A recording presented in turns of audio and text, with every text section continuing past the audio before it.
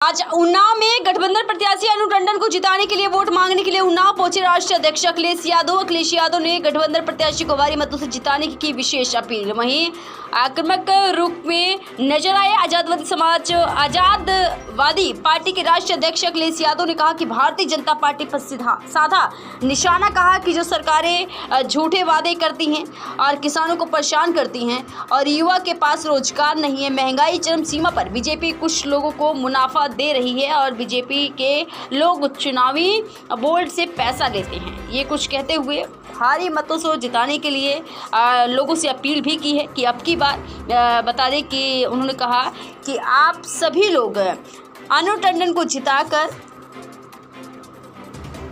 इनका भरपूर सहयोग करें। और कुछ क्या कहा, सुनिए। कन्नौज में मंदिर धो दिया गया गंगा जल से। देखिए ये बचा के देखिए ये बीजेपी की घबराहट है और न केवल कन्नौज की जनता और जिन लोगों ने भी ये देखा है, करोड़ों करोड़ों मतदाता इस बार इस चुनाव में इनको अच्छी तरह धो देंगे और कन्नौज की जनता इन्हें रिकॉर्ड मतों से धोएगी।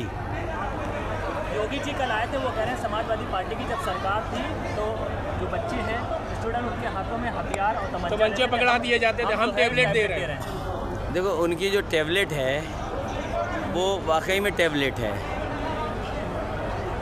घिसते रहो उंगली घिस जाएगी, वो चलता नहीं है। समाजवादियों की नकल कर रहे हैं। समाजवादियों ने लैपटॉप दिया था और इन्होंने क्या दिया, टैबलेट। फ़ोटो हम लोगों ने लगाई, इन्होंने लगा दी। वादा तो लैपटॉप का था, टैबलेट पे संतुष्ट कर रहे हो और इनके पास जवाब नौकरी का नहीं है। जितनी भी परीक्षाएं हुई उनके पेपर लीक हो गए। सोचिए सरकार कैसी है जो अपना लीकेज नहीं रोक पा रही है। क्या कारण है कि लीक कर रहे हैं पेपर। और याद रखना साथियों, ये नौजवानों के भविष्य के साथ खिलवाड़ तो कर ही कर रहे हैं। उनका 1/3 जीवन बर्बाद किया है और परीक्षाएं जानबूझ करके ये लीक करा रहे हैं क्योंकि इन्हें नौकरी ना देनी पड़े। और जिन्होंने ये कहा कि डिफेंस कॉरिडोर बनेगा, इन्वेस्टमेंट आएगा, ये उन्नाव तो इंडस्ट्री का हब है। यहाँ तरह तरह की इंडस्ट्री है, जहाँ लेदर इंडस्ट्री है और अन्य इंडस्ट्री भी है।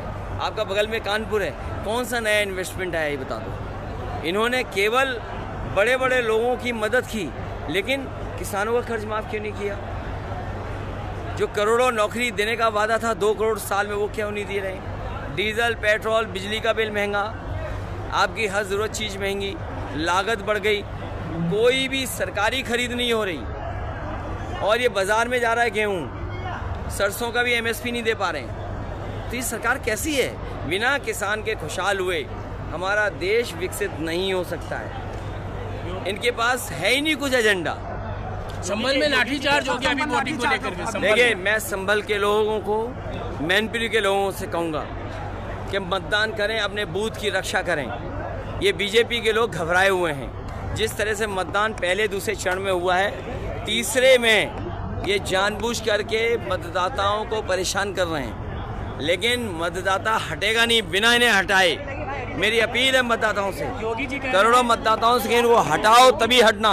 योगी जी कह रहे हैं कांग्रेस के और समाजवादी पार्टी के लोग राम विरोधी हैं। हम आपके भगवान श्री राम का कोई विरोधी नहीं है, भगवान का कोई विरोधी नहीं है।